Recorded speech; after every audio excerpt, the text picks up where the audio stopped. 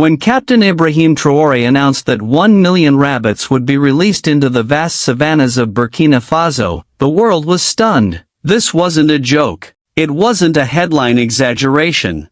It was a real policy, signed and executed by the president himself, a man already known for defying the old rules of colonial power. But this decision was different. It wasn't about gold, or weapons, or diplomacy. It was about rabbits, small, fragile creatures with twitching noses, suddenly placed at the heart of a survival strategy for an entire nation. Why rabbits? To understand, you have to look at Burkina Faso itself. A landlocked country, semi-arid, constantly under the threat of desertification. When the rains fail, hunger spreads. When the crops die, people suffer.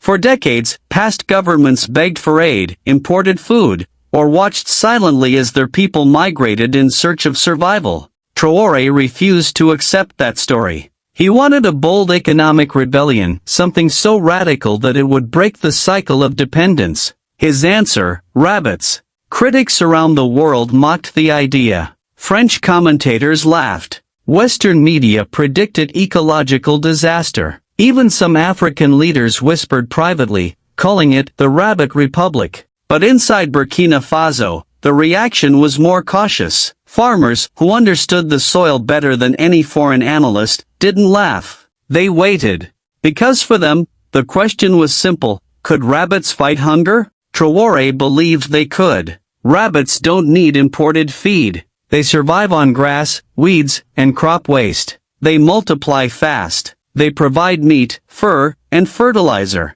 One rabbit is fragile, Traoré said. But 1 million rabbits are power.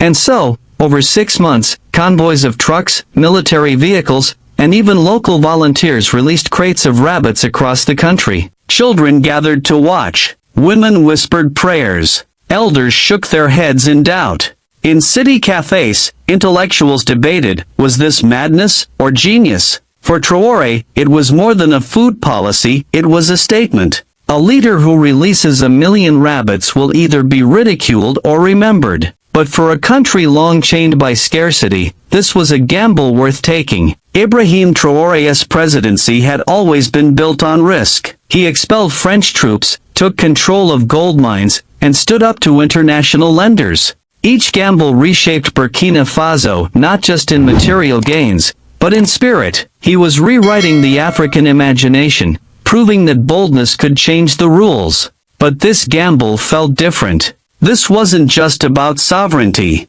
This was about survival. If the rabbits failed, if they died off, spread disease, or destroyed crops, the consequences would be devastating. Traoré wouldn't just be called reckless, he would be accused of sabotaging his own people's food supply. His enemies, at home and abroad, were waiting for that failure.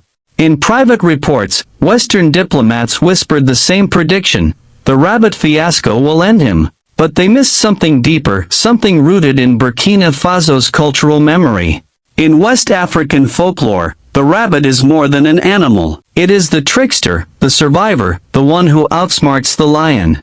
By choosing the rabbit, Traoré wasn't just launching an agricultural experiment. He was invoking a story every village child had grown up with: the small and fragile can still endure, and even triumph. In a way, the rabbit was Burkina Faso itself. When the release began, the savannas shifted almost overnight. At first, it seemed like chaos. Many rabbits fell prey to hawks, jackals, and hungry villagers who couldn't resist the sudden abundance of easy meat. But rabbits multiply fast. For every one that died, 5 more were born. Burrows appeared in the ground. Grasslands rippled with life. Ecologists abroad panicked. The New York Times even declared, "Burkina Faso unleashes an ecological disaster in the making." But in the villages, the story looked very different. Plates that hadn't seen protein in months now carried roasted rabbit meat. Mothers sold rabbit skins at local markets.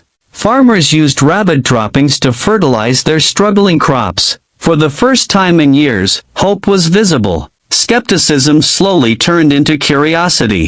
Could this gamble actually work? Traoré, in those early months, stayed silent. He didn't boast. He didn't defend himself. He simply let the rabbits speak for him. Inside the palace, to his closest advisors, he explained, "This is not about rabbits. This is about teaching our people that we can engineer our own solutions, no matter how strange they look to others. Africa has been trapped too long in imitation, copying Western models, importing Western technologies, obeying Western rules. We must stop asking for permission. We must start writing our own destiny." By the time foreign journalists returned to film the grasslands, the shock had turned to reluctant respect. The savannas looked different. It wasn't a miracle, not yet, but something real was changing. The rabbits were alive. The people were eating. And once again, Ibrahim Traoré had proven he was playing a game the world did not yet understand. When he first told his ministers the plan, many thought he had gone mad. Critics laughed. Economists dismissed it as a distraction from real reforms. Some called rabbits pests.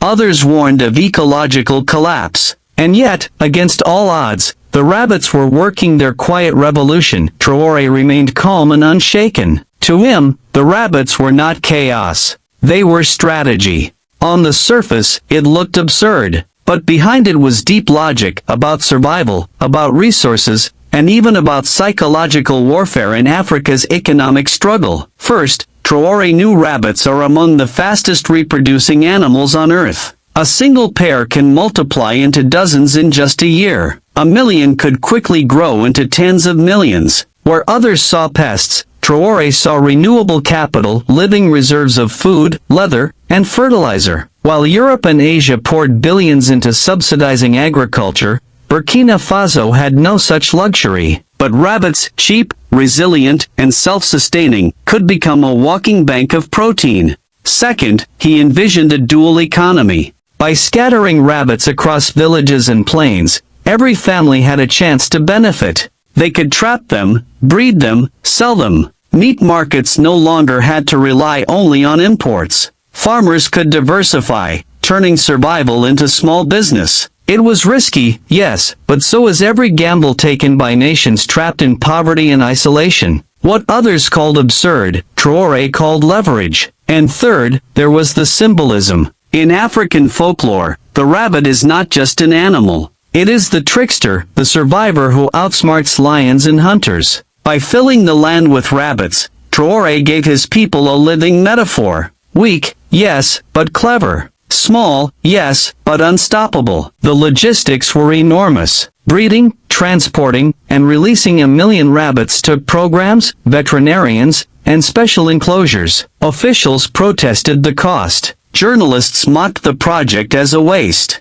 But Traoré dismissed the criticism with one line: "Tractors don't reproduce themselves. Rabbits do." His words spread across Africa like wildfire. And while Europe laughed, their agribusiness sector was uneasy. If Burkina Faso created its own decentralized protein source, demand for imported European chicken and beef would collapse. And if the model worked, other African nations might copy it. Mockery, in truth, was fear in disguise. At home, reactions were mixed. In the capital, elites scoffed at rabbits hopping through dusty streets. But in rural villages, families wasted no time. They trapped, cooked, and bred them. For them, this wasn't politics, it was dinner. It was fur for clothing. It was income at the market. Women's cooperatives sprang up, trading recipes, tanning leather, and preserving rabbit meat. In just months, what looked like a stunt became a grassroots economy. Of course,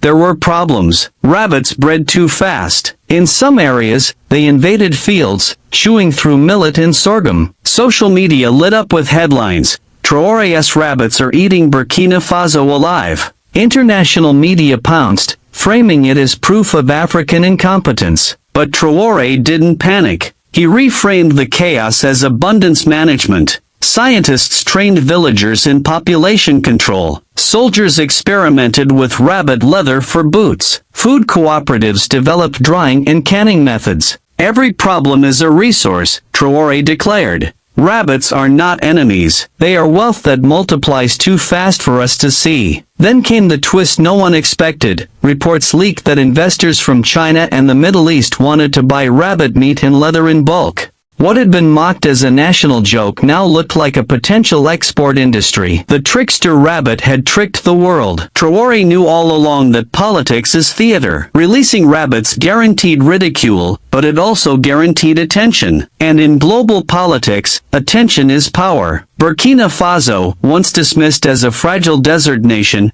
was now on front pages worldwide. Mocked or admired, it was no longer invisible. For Traoré, the gamble was never just about food. It was about independence. It was about proving that survival doesn't have to come stamped with foreign aid flags. And it was about pride showing Africa it could engineer its own solutions, however strange they may look to outsiders. Months passed. Laughter gave way to debate. Rabbits became protein, leather, fertilizer, and trade. And Burkina Faso became the stage of a new story, not a tale of dependency, but of resilience. The release of 1 million rabbits wasn't just an agricultural experiment. It was a political revolution dressed in fur. A gamble on food, yes, but more than that, a gamble on dignity itself.